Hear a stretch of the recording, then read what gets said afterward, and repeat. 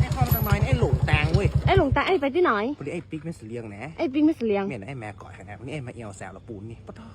เฮียได้ดีเนี่ยไอ้ปิ๊กไม่เสียงเมียนออกตรงใดนี่อ๋อเดี๋ยวน้องจะบอกแตงเฮ้ไอ้ซื้อไปเด้อไอ้ซื้อไปแล้วก็เลี้ยวขวาเลี้ยวขวาเนาะเลี้ยวขวาแล้วก็เลี้ยวขวารอบเลี้ยวขวาแล้วก็เลี้ยวขวาล้อมแล้วก็ซื้อไปแหมซื้อไปแหมซื้อแล้วก็ขึ้นดอยแล้วก็เลี้ยวขวาไอ้แบบมันซับซ้อนเนาะแม่ก่อน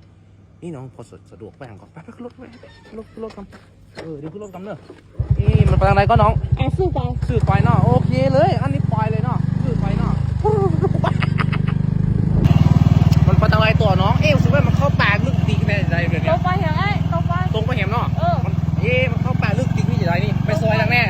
ตรงไปไอ้ตรงไปซอยเนาะตรงไปเลยเจอกูแน่มันใจแค่แบบมันจอดน้องมีกระแปะกระโดดเนี่ยโอ้มันใจ